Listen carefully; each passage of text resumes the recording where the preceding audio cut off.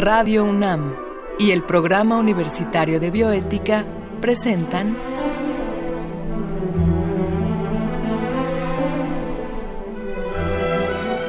El Árbol de las Ideas. Arte, ciencia y filosofía para la vida. Con Paulina Rivero Weber.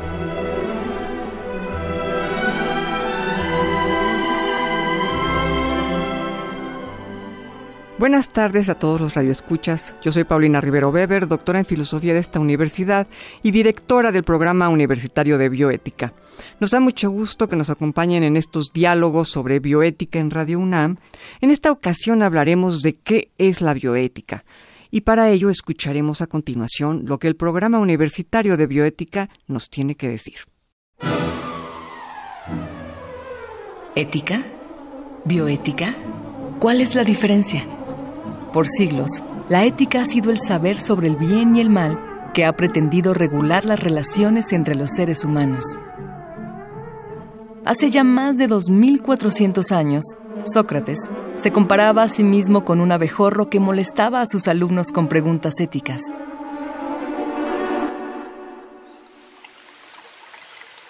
En aquel entonces, el planeta no estaba amenazado. La tecnología no representaba un riesgo de contaminación para el ambiente. Surgir dilemas como los que actualmente provoca su aplicación en la vida cotidiana. En la antigüedad, las ciudades eran pequeñas y no existía la sobrepoblación. Se podía beber sin peligro el agua de los ríos y nadie hablaba de especies en peligro de extinción. Hoy, la vida es diferente. Es un contexto de dilemas actuales, donde surge la bioética. En contraste con la ética, la bioética reflexiona sobre cómo debemos relacionarnos no solo entre seres humanos, sino con la vida misma.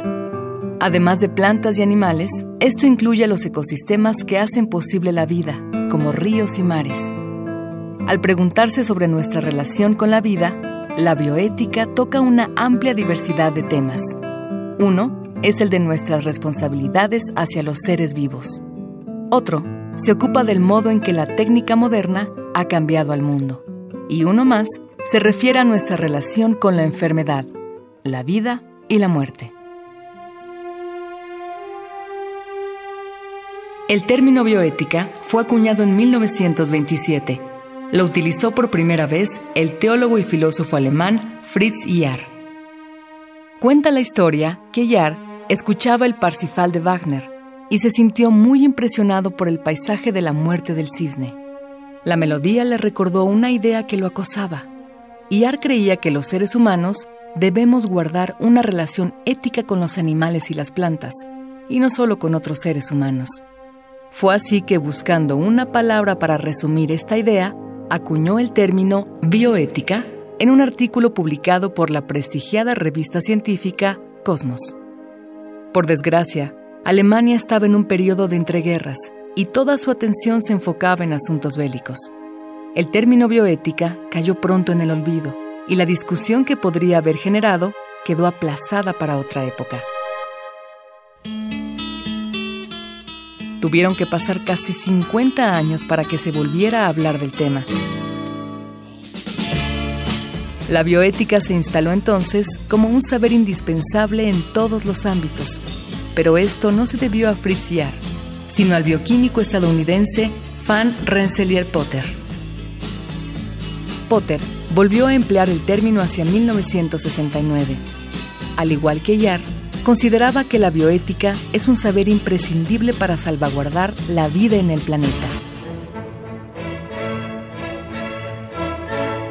Esta es la bioética. Es el saber que regula nuestra relación con la vida en el mundo altamente tecnificado que nos rodea. Ese saber busca ayudarnos en nuestra relación con todo: células, embriones, animales, plantas y ecosistemas en general. Por esto podemos decir que la bioética es el saber que puede salvar no solo a la humanidad, sino al planeta en su conjunto. Nos da mucho gusto comenzar esta serie con un académico muy querido y respetado de nuestra universidad, Alejandro Herrera Ibáñez, doctor en Filosofía por la Universidad de Indiana y licenciado en Filosofía por la UNAM. Sus áreas de investigación han sido la filosofía de Leibniz, ética ambiental y animal, así como el estudio de la argumentación y las falacias. Él ha publicado muchos textos como Utilitarismo y ecología, la moral y la violencia hacia los animales y ética y ecología, entre muchos otros temas. Alejandro, muchas gracias por aceptar la invitación a dialogar con nosotros. Hola, Paulina, qué gusto estar aquí. Pues Ale, queríamos preguntarte antes que nada, ¿qué consideras tú que es la bioética? Bueno, antes de decir lo que yo pienso por la bioética, convendría hablar brevemente de qué se entiende por bioética en general. Claro. Sí, y hay varias nociones. Originalmente la bioética surgió por iniciativa de un pastor protestante llamado Fritz Jarr, y este pastor protestante en 1927 acuñó la palabra bioética, en alemán Bioethik. Exacto. Y él la concebía como la relación ética del hombre con los animales y con las plantas. Con los animales y las plantas. Y las plantas, o sea, con el mundo animal y el mundo vegetal. Claro. Esa era su idea original. Y después vino Rensselaer Potter, claro, un oncólogo y bioquímico, quien realmente popularizó la palabra bioética, y él también concebía esta disciplina como un puente entre las humanidades y las ciencias. Y como oncólogo hacía la metáfora de que nosotros estábamos siendo un cáncer para el planeta. Entonces su idea era también... Que es muy fuerte, ¿verdad? Sí, la metáfora. Sí. Eso significa que también tenía una visión ecológica de la bioética. Claro. Después, claro. Esto fue por 1970, la idea de Potter. Luego, un obstetra holandés, André Hellegers, de la Universidad de Washington, en el Kennedy Institute, en el Instituto Kennedy, en el mismo año, pero como 6 meses después del libro de Potter, empezó a hablar más bien de la relación de la ética con la medicina. Ahí sí. Es en donde comienza un poco a acercarse la bioética más al área médica. Más al área médica. Que al área, digamos, de toda la vida, ¿no? Sí, claro, porque como la palabra bioética lo dice, cualquiera se dará cuenta, ¿no? Bios, vida. Claro. La ética hacia la vida, hacia todo el fenómeno de la vida. Claro. Y no está excluido la parte médica, desde luego, pero empezó a haber mayor énfasis en Estados Unidos en todo lo que es nuestros deberes hacia seres vivos, preferentemente humanos, en contextos hospitalarios y de salud, de ciencias médicas. Podríamos decir que ahí comenzó a gestarse una especie de antropocentrismo moderno, digamos, algo así. Pues bueno, ya el antropocentrismo ya estaba desde hace mucho. Ya estaba ahí, claro. Pero sí se olvidó un poco la idea original. Pero algunos hemos insistido, tanto en México como en el extranjero, en otros países, en que la bioética abarca todo lo que tiene que ver con ciencias de la salud, con ciencias de la vida, ambas, y en ciencias de la vida se incluye pues la ecología, la biología, los animales no humanos, todo lo que es, y en ese sentido, pues yo personalmente defino la bioética como esa disciplina que nos habla de nuestros deberes con los seres vivos en cuanto seres vivos. Claro. Seres vivos. Y aquí hay que hacer una matización o un matiz, que hay la tendencia a confundir y a asimilar ética y bioética. Y la bioética es solo una parte de la ética. Claro. La ética empezó a fijarse en los problemas contemporáneos hacia el momento de la guerra de Vietnam. Entonces, personas como Peter Singer y otros filósofos, cansados de estar en las abstracciones, quisieron bajar la ética a los problemas prácticos y contemporáneos del hombre del siglo XX. Y así fue como surgió la ética práctica o ética aplicada, que le llaman.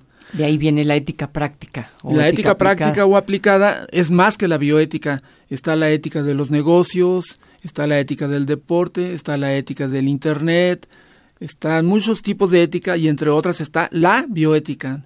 Entonces, la bioética en ese es parte. sentido, digamos, la ética práctica o aplicada es más amplia Así es. que la bioética, porque abarca todos estos mundos de negocios, deportes y demás. Exacto, tendríamos la ética teórica, la ética práctica o aplicada, y dentro de la ética aplicada está la bioética, es una de las disciplinas que se siguen. Y, por ejemplo, si un abogado tiene la obligación de no estafar a su cliente, pues aunque su cliente es un ser vivo, eso no es bioética. Esas son relaciones comerciales, es ética de los negocios, ¿no? Claro. Y entraría en la ética práctica, digamos. Sí, porque toda ética tiene que ver con los seres vivos. Claro. Pero la bioética es con los seres vivos en cuanto a seres vivos, por eso es mi matiz, es apuntalar esa idea, ¿no? Claro. Pienso. Sí, me gustaría que más adelante, Ale, nos platicaras un poco, bueno, qué sucede con las entidades no vivas, pero que aún así, digamos, cobijan la vida, como podrían ser los ecosistemas, digamos, los mares, los ríos, las montañas, y todo ese ámbito de lo no vivo. Claro que sí. Pero bueno, antes haríamos una breve pausa para escuchar una reflexión sobre lo que nos tiene que decir el Programa Universitario de Bioética sobre el tema de la huella ecológica, que tú sabes que es un tema fundamental. Entonces, una breve pausa y continuamos.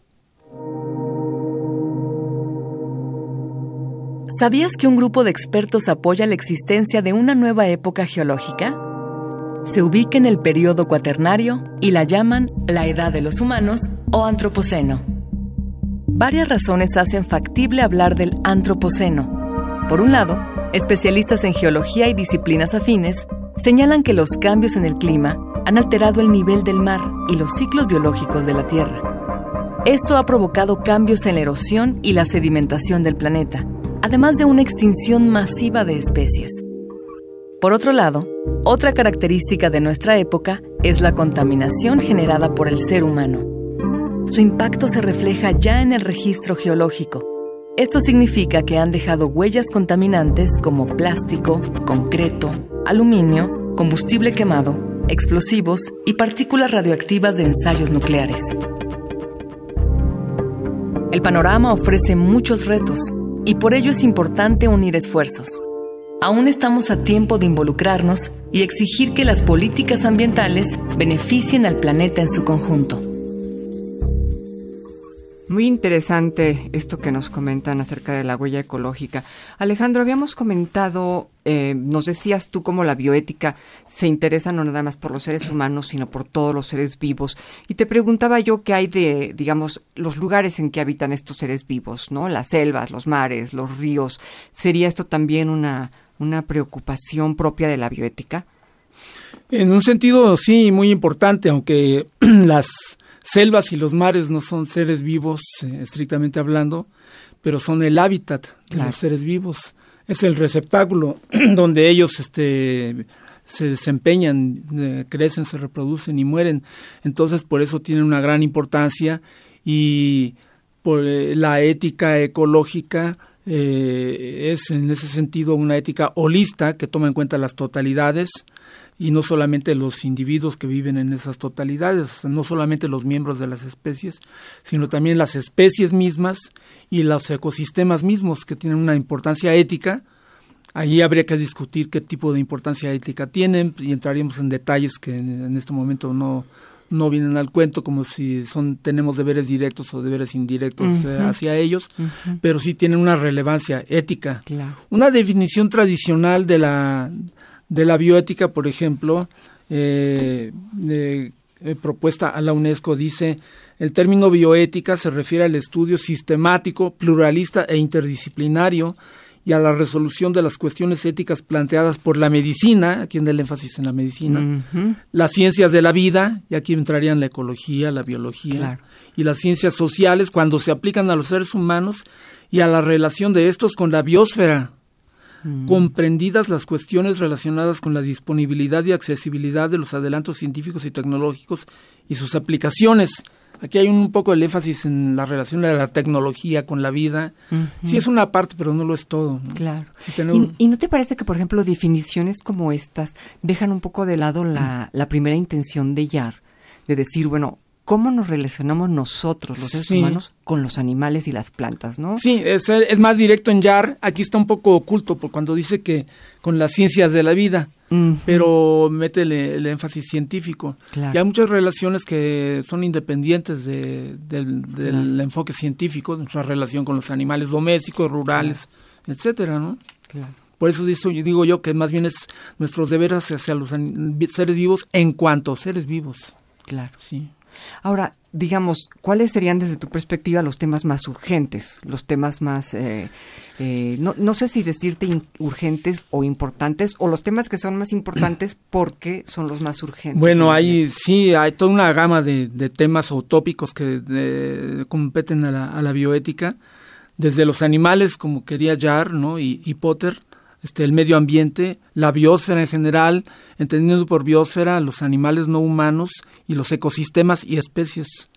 Y por otro lado también lo de las ciencias de la vida y de la medicina, el problema famoso del aborto, el problema de la eutanasia, claro, que siguen candentes, el problema de la clonación, lo que tiene que ver la genética en estos problemas, incluso se habla de gen-ética.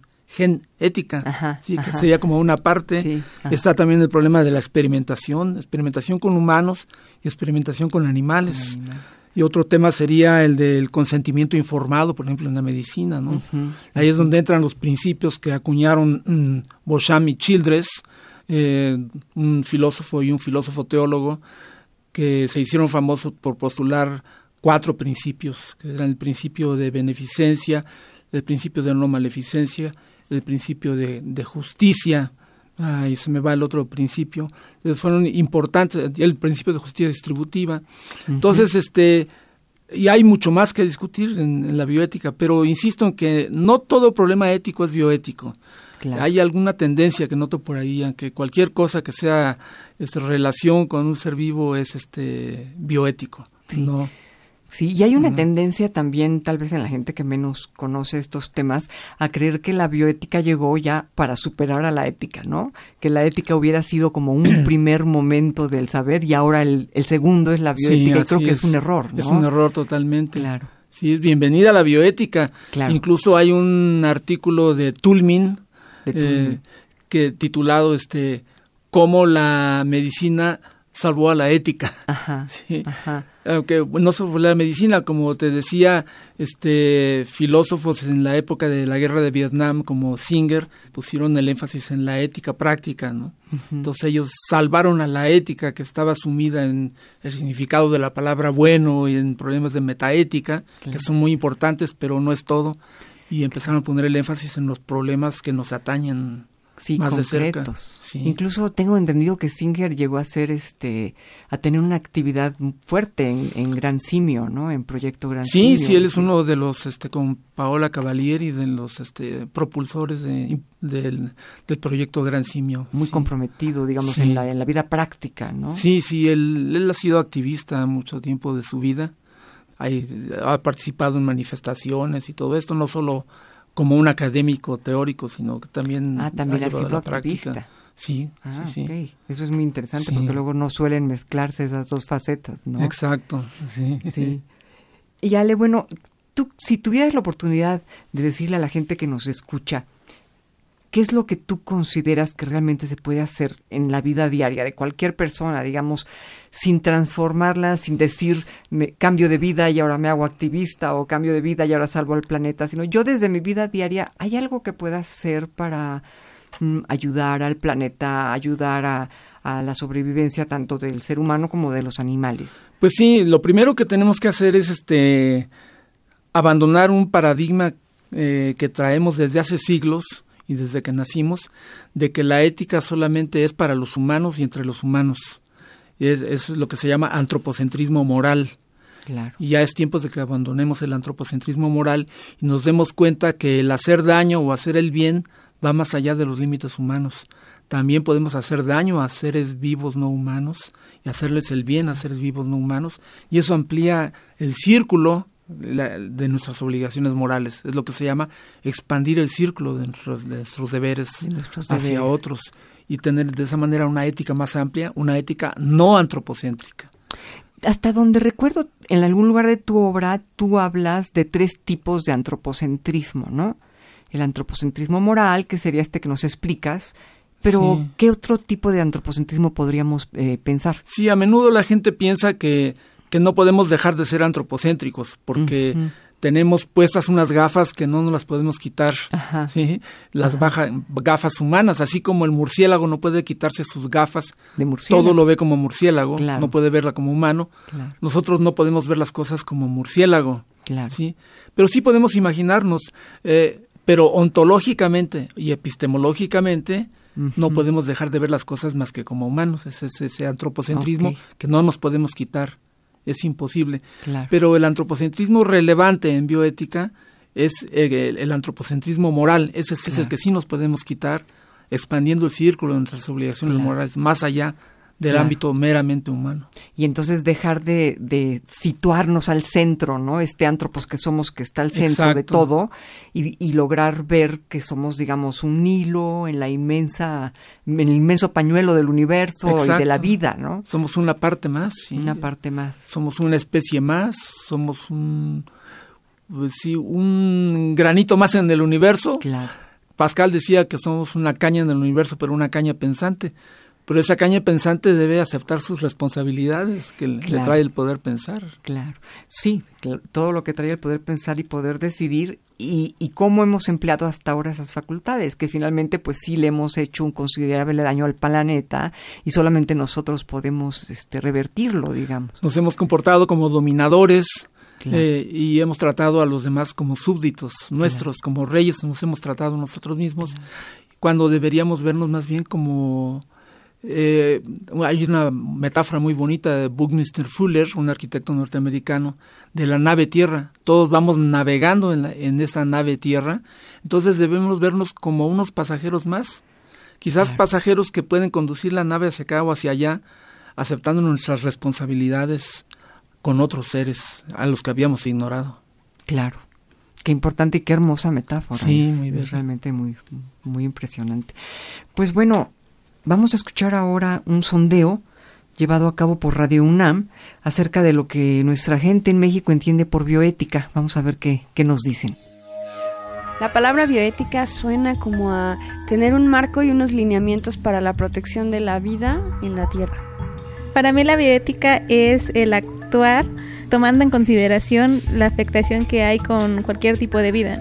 Para mí la bioética tiene que ver con la relación que tiene el ser humano con los restantes seres vivos y respetar a las otras especies como de alguna manera ellas nos respetan a nosotros. Yo creo que la bioética tiene que ver con los aspectos éticos y el desarrollo de la ciencia, ¿no? De cómo se utilizan a los seres vivos para las investigaciones. Pues muy interesante lo que entiende nuestra gente por bioética. Alejandro, pues ya para concluir me gustaría escuchar alguna reflexión en torno a la bioética en México y quizás tu relación con el laicismo. ¿Qué nos podrías decir al respecto? Sí, claro, es muy importante esta pregunta que haces. Hay que aclarar muy bien qué se entiende por laicismo o por Estado laico. Claro. Muchas personas se entienden por laico antirreligioso. Exacto. Y es un error. Claro. El Estado laico es un Estado que respeta la libertad de pensamiento de todos los individuos que conforman el Estado, siempre y cuando pues no dañen contra la Constitución a otros individuos del mismo Estado. Entonces, laico significa solamente plural y tolerante. Un Estado laico abre las puertas a la libertad de expresión y de pensamiento, claro, de musulmanes, de judíos, de católicos, de protestantes, de budistas, de ateos, de todas las creencias habidas y por haber. Eso es un Estado laico. Y entonces la bioética, en ese sentido, para el Estado la debe tomar laicamente o laicistamente, como se guste decir, porque el Estado no va a juzgar, no va a tomar una posición, sino que va a dejar que dentro de los parámetros de la Constitución, ¿verdad? Que es respetar las garantías de los ciudadanos, dar pie a las diferentes creencias. Y cuando estamos hablando de bioética no estamos hablando de algo etéreo, se ha hecho bioética en México también ya. Claro. Y esto viene, pues claro, desde el ámbito internacional. Se creó el Comité Internacional de Bioética en el 2003, el Comité Intergubernamental de Bioética también, que tiene 36 estados miembros, entre ellos México. Y pues ya hace años, es relativamente reciente en México la entrada de la bioética. Surge, por ejemplo, el Programa Universitario de Bioética de este programa, aunque surge en el 2012, viene de antes del Seminario de Ética y Bioética que creó la doctora Juliana González, y había esa preocupación.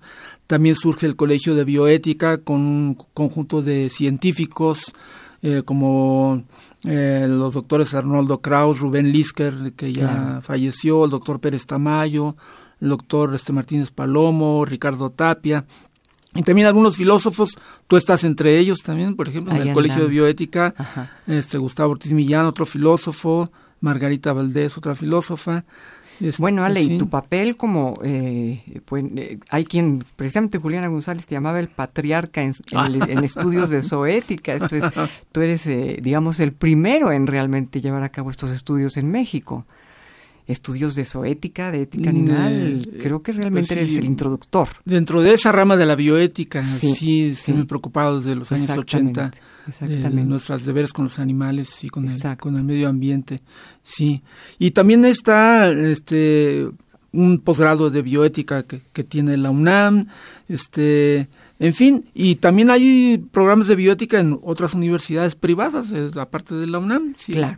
Que están haciendo, que generalmente son confesionales, ¿verdad? Ya con un punto de vista más de orientación religiosa, pero como te decía, el Estado laico no tiene por qué prohibir ningún tipo de es muy importante bioética. Eso que señala, ser laico es estar abierto al diálogo con cualquier tipo de persona mientras no se introduzcan argumentos basados en creencias religiosas, digamos. Exacto, ¿no? Y menos tratar de imponerlas, ¿no? Exactamente. Sí, puedes dar tus argumentos a favor y yo puedo refutártelos, o pueden refutarme a mí también. Claro, sí. Con base en la razón. Con base en la argumentación razonada, claro. Ale, querido, pues se nos acaba el tiempo y no me queda nada más que agradecerte pues que hayas accedido a estar conmigo en este primer programa que tenemos por parte del Programa Universitario de Bioética. Y quiero invitar a todos los radioescuchas a sintonizarnos el próximo miércoles a la misma hora para hablar de la bioética y el cuidado de la tierra con el doctor Jorge Enrique Linares. Hemos contado en la producción con Marco Lubián, así como con Susana Trejo en controles técnicos y la voz de Gisela Ramírez. Agradecemos también la participación en el guión de Andrea Romaní, Janik Rojas, Andrea González y Ángeles Cancino. Se despide de ustedes a nombre de todo el Programa Universitario de Bioética, una servidora, Paulina Rivero Weber.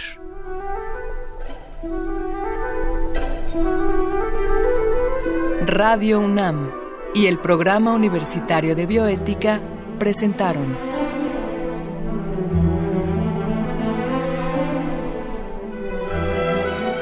El Árbol de las Ideas. Arte, ciencia y filosofía para la vida. Con Paulina Rivero Weber.